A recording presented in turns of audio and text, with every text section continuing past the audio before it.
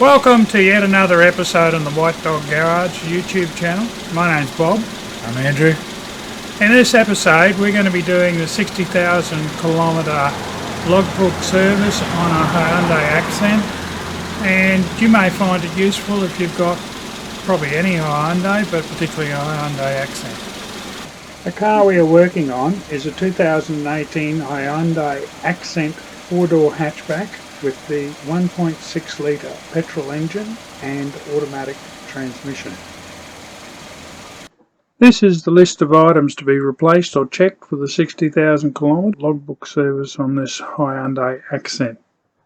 The engine and oil filter, the spark plugs, the cabin filter and the fuel filter to be replaced. In addition, the condition of a range of items are to be inspected and action taken if required. These are the replacement items required for this service. The brands and part numbers of the products used are listed for reference, but this channel has no affiliation with the brands shown. Also replaced in the service were 4 of the 5 tyres, and the windscreen washer and coolant systems were topped up. Changing the engine oil was first on the list. Nothing magical about this. Undo the engine's drain plug, allow the oil to drain out, and replace the drain plug and do it up tight.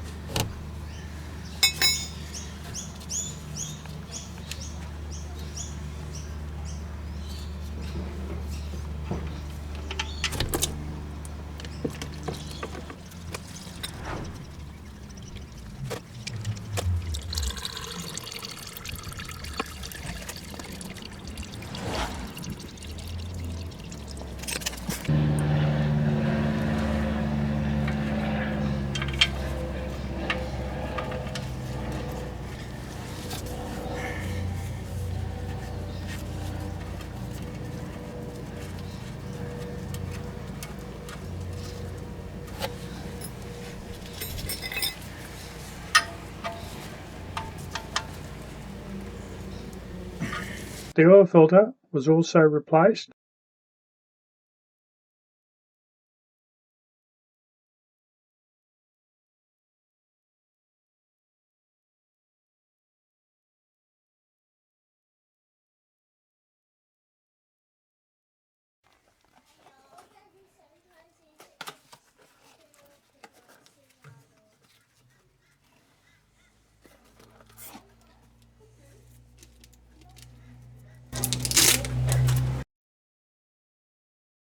The square ring on the new filter was lubricated with engine oil before fitting, but you could also use a light grease for this.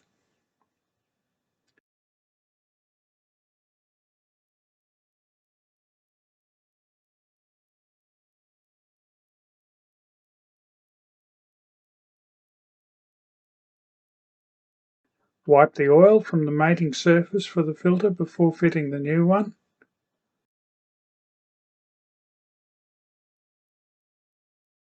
Oil filters can usually be tightened up by hand.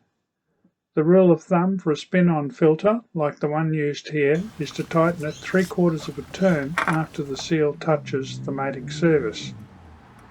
However, our big hands would not fit into the recess, so a removal tool was used to tighten the filter up.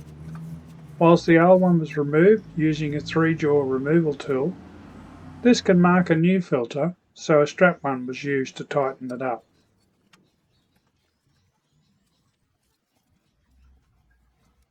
Car manufacturers like to cover up their motors these days. This cover was removed by grasping it firmly on 2 sides and pulling it up. These covers have inbuilt recesses into which a corresponding set of pegs located across the top of the motor push into. The cover usually has an opening to enable access to the oil filler cap, but we removed the cover because we needed access to the spark plugs as well. Then the oil filler cap was removed and just over 3 litres of oil added.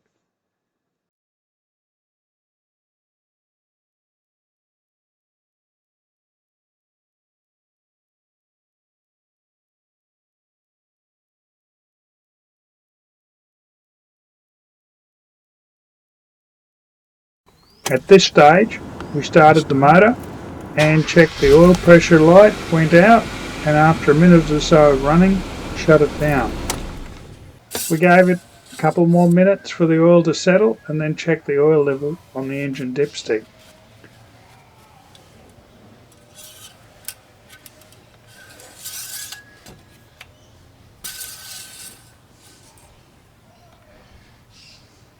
This dipstick has two marks towards the bottom.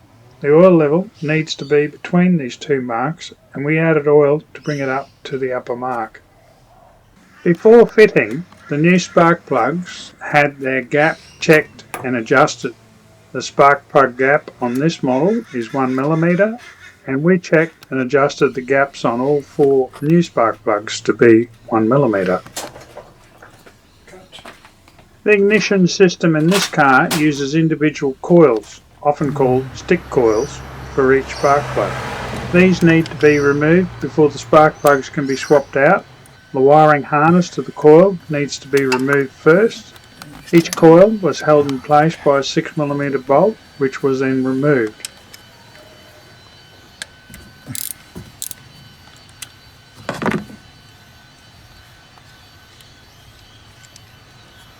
The coil was then pulled upwards and out.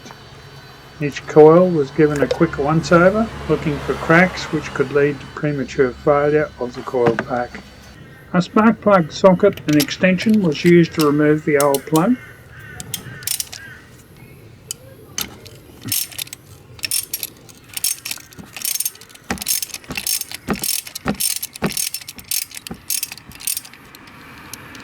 Before fitting the new plug, the old one was inspected for any contamination such as carbon or oil fouling.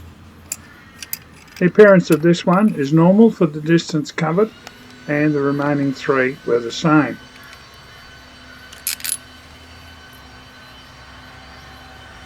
Before fitting the new plug, the threads were given a light coating of copper grease.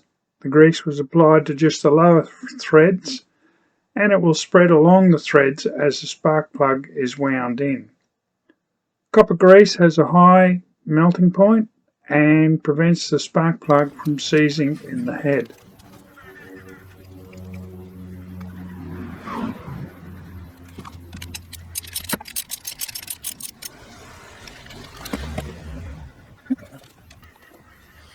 With the spark plug tightened down, the stick coil was refitted, bolted down, and the lead reconnected and secured in place.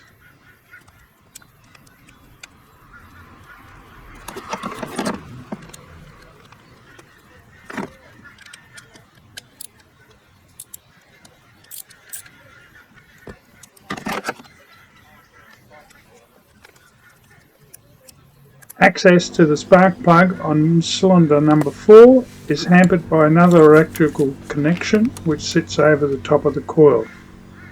You can remove this by compressing its holding clips and pulling it back to allow access to that coil and its spark plug.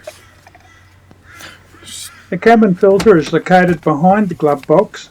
To gain access, both sides of the glove box were compressed in, which enabled the compartment to clear the stops and was dropped down. With the glove box out of the way, the filter cover, which is held in by spring clips, was pulled back and out, allowing the old filter to be removed.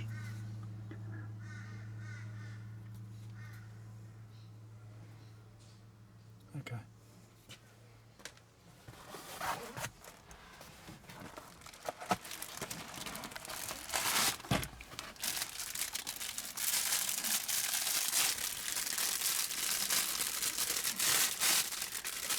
Filters are directional, and an unframed filter like this one will have an arrow or sign indicating which way the air has to flow.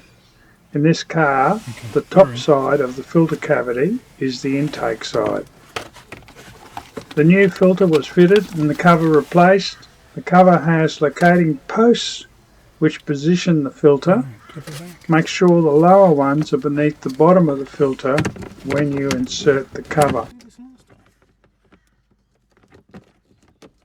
Remember, it's got a, yeah, it sits under it a bit. Good. glove box it. The glove box was then slipped back over the stops and closed. The next task was to replace the in-tank fuel filter.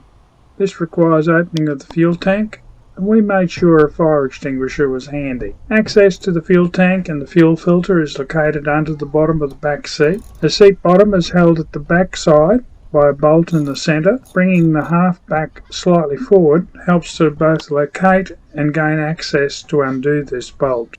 The front of the seat base is held by two U-shaped plugs, one on each side, which engage grips in the floor of the car. Once the rear bolt was undone and removed, the front of the seat was pulled up sharply on each side to release the grip and the seat removed. Access to the fuel filter was gained by removing a cover plate in the centre of the under-seat floor area.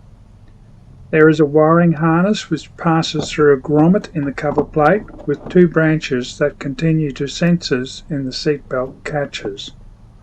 Before removing the cover plate, the electrical cables running to the seatbelts were disconnected.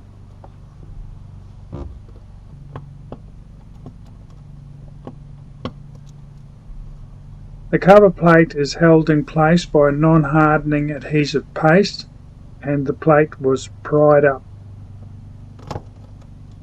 The connector for the remaining part of the wiring harness cable was then disconnected from the head unit of the fuel pump.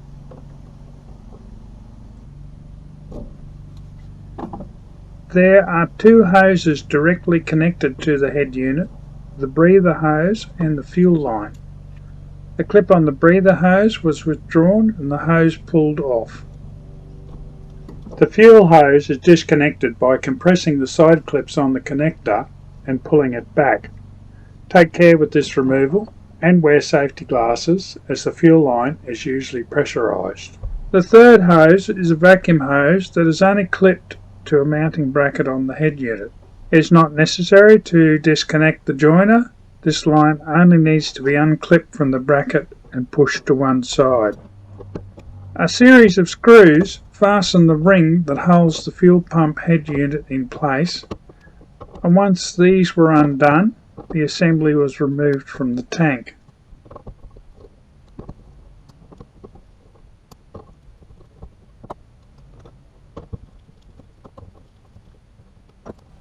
The assembly comprises the head unit, from which two poles descend to a bucket that contains the filter and the pump, and from which a float arm projects to the side. Removing the unit through the opening requires some juggling of the assembly. You need to exercise some care at this stage because the bucket has uncontained fuel which will spill everywhere if the unit is tipped. The poles on this unit were held in place by plastic tangs in the bucket, and with the passage of time they'd lost their grip, resulting in the bucket partially detaching from the poles as the unit was withdrawn. The fuel filter both surrounds and acts as a mount for the fuel pump, and the replacement process requires the unit to be completely stripped. The head unit was removed by unclipping the fuel line from the top of the filter, followed by unplugging the two electrical connectors attached to the underside. Make a note of their positions. One is power to the pump and the other is to the fuel level sensor. Releasing the three clips around the outside of the bucket allows the pump and filter unit to be pulled up and out.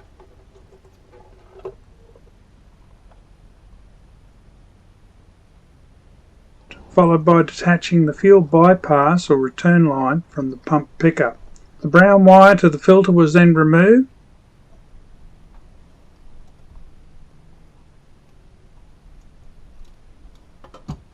The pump pickup was then unclipped from the base of the pump, taking care not to damage the sock filter.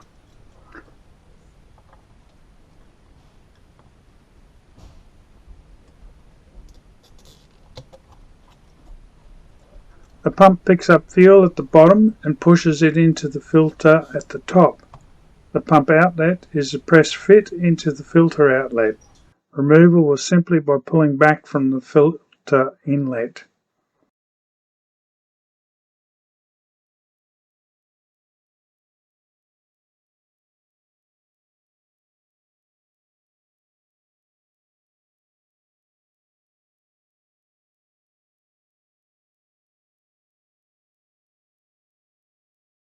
Then the fuel bypass was unclipped from the fuel return line and the pump removed from the centre of the filter. For the next part, we actually filmed the ceiling of the workshop, but off camera, the cage that holds the top of the fuel filter was removed by prising up the 3 clips that sit over their corresponding tangs on the side of the filter and were lifted off. The clip that holds the pressure regulator in the filter body was then withdrawn and the regulator removed from the old filter and fitted to the new one.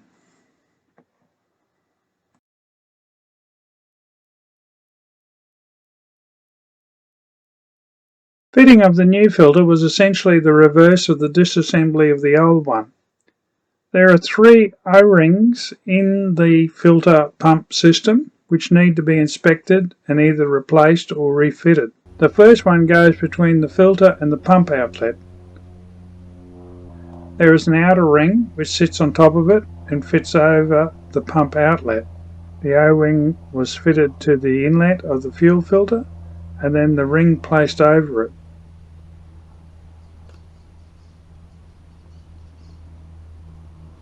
The fuel pump wiring harness and return line were then threaded up from the bottom of the filter with the pump outlet aligned with the filter inlet and was pushed home to seat the unit.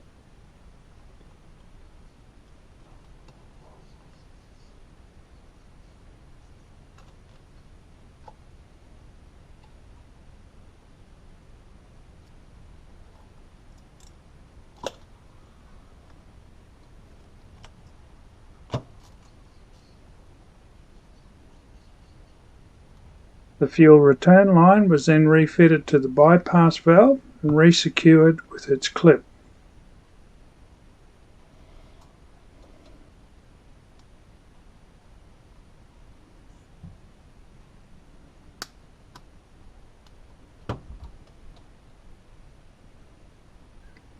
Taking care to align the pump inlet, the pump pickup was reattached to the bottom of the pump and the bypass valve reattached.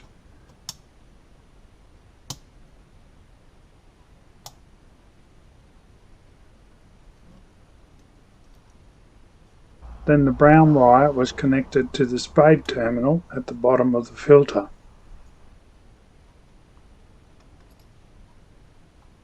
The second O-ring sits at the bottom of the return valve, and after making sure it was serviceable and in the correct position on the return valve, the filter and pump assembly were then reinserted into the bucket, making sure the return valve was aligned with its recess at the bucket bottom and that the clips on the filter frame engaged the tangs on the bucket. The third of the 3 O-rings is fitted to the outlet on the fuel filter. With it in place, the head unit's fuel line was connected and clipped into place.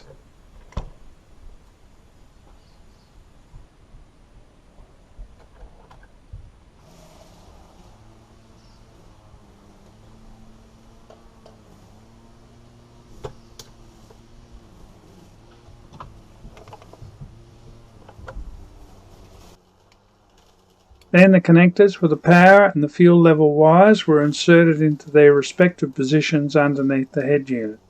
Note that the power connector goes to the left side socket as you face the upside down head unit.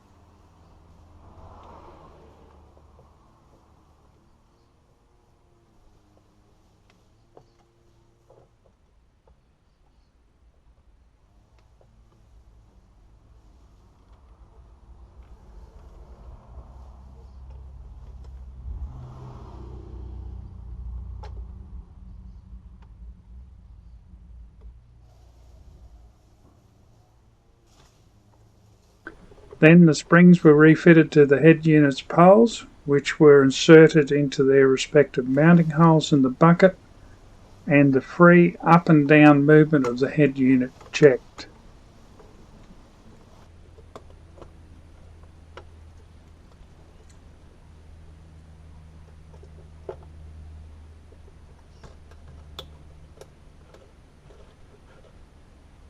Back at the fuel tank now, the O-ring that sits between the head unit and the tank was checked to be serviceable and correctly positioned.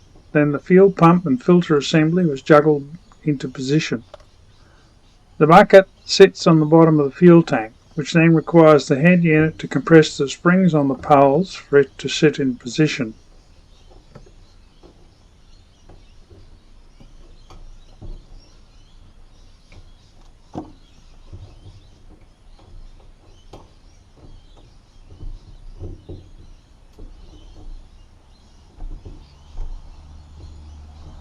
The retaining ring was then positioned over the head unit, making sure it was aligned with the locating notches.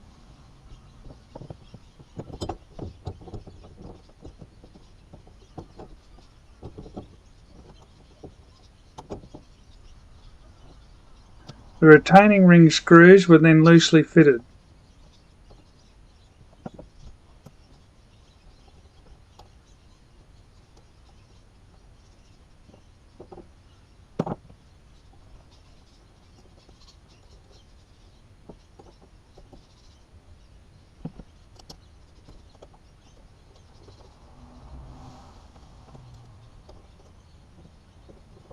Before finally being tightened down in a sequence of opposite pairs.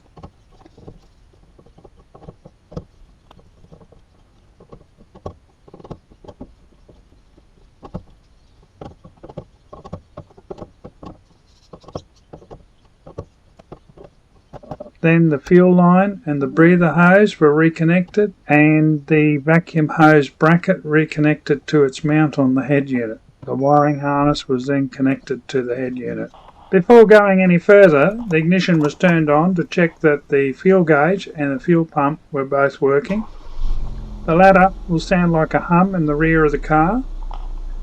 And then the motor was started and allowed to run to make sure that the fuel system was working as intended and that any air in the system was being bled out. Confident that all was good, the cover plate was reseated. The grommet was slid down the wiring harness and refitted to the cover plate, and the seatbelt cables reconnected. Then the seat bottom was refitted. The fuel filter was the last of the components required to be replaced as part of the 60,000 kilometre service. In this car we also replaced 4 of the 5 tyres.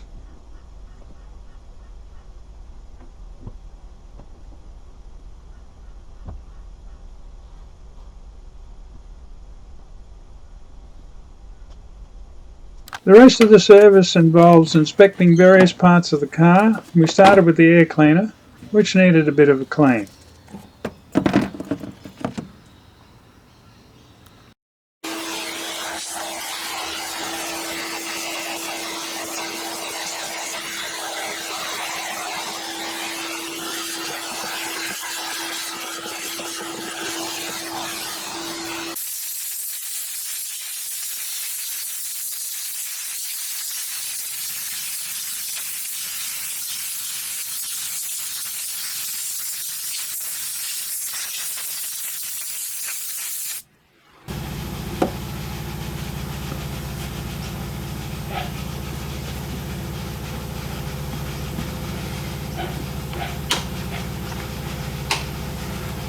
The battery is a sealed unit, but the tightness of the restraints and the condition of the terminals were checked.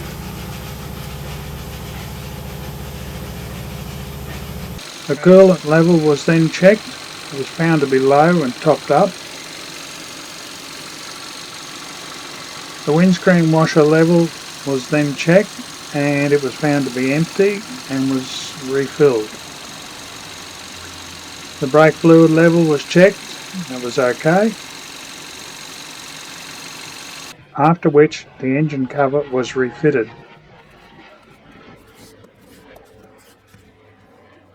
Then the engine drive belt was inspected. Here we're looking for absence of any cracks or surface deformation.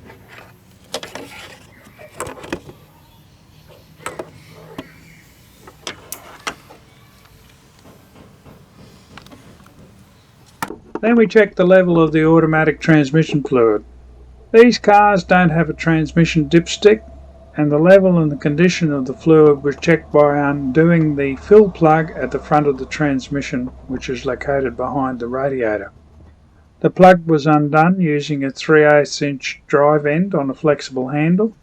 Fluid should flow out and it should be a bright red in colour with no particulate matter present.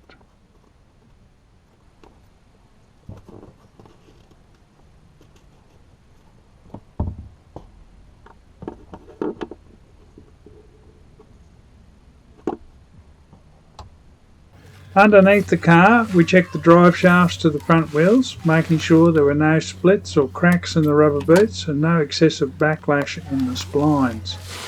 At the same time, we were looking for any loose fittings or damaged parts.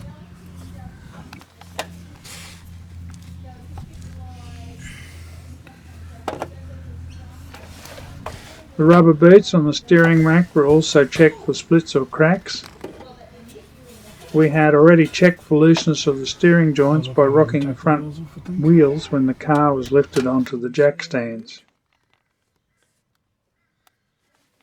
The front brakes were then checked. Here we're looking for gouging in the brake discs and that the brake pads had plenty of material left. When checking the brakes, many components were visually checked as we moved around the car. We look for any damage, cracking or perishing in the brake hoses, any leaks, any damage to the pipe lines.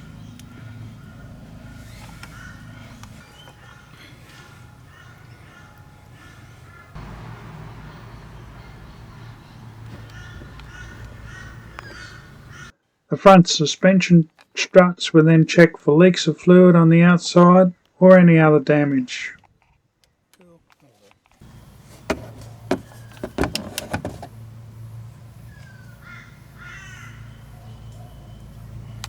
At the rear of the car, we continued our checking of the brakes, including this time checking the handbrake cable attachment and its free play.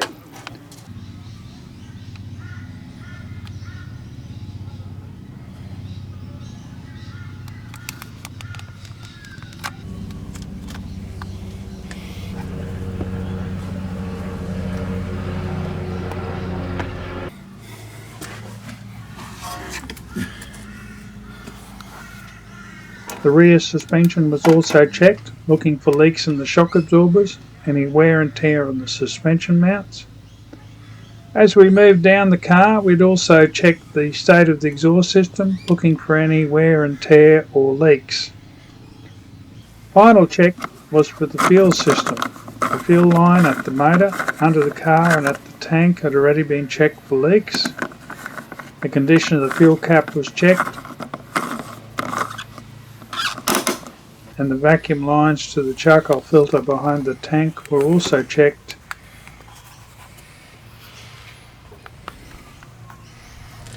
As well as the filler hose running from the fuel cap to the tank. Road testing is also part of the check. Critical points here are no free play in the steering, no rattles when the steering is on full lock with the car moving, no pulling to the side when braking, that the handbrake lever comes up no more than 2/3 of its available travel when applied, and that all the lights function correctly.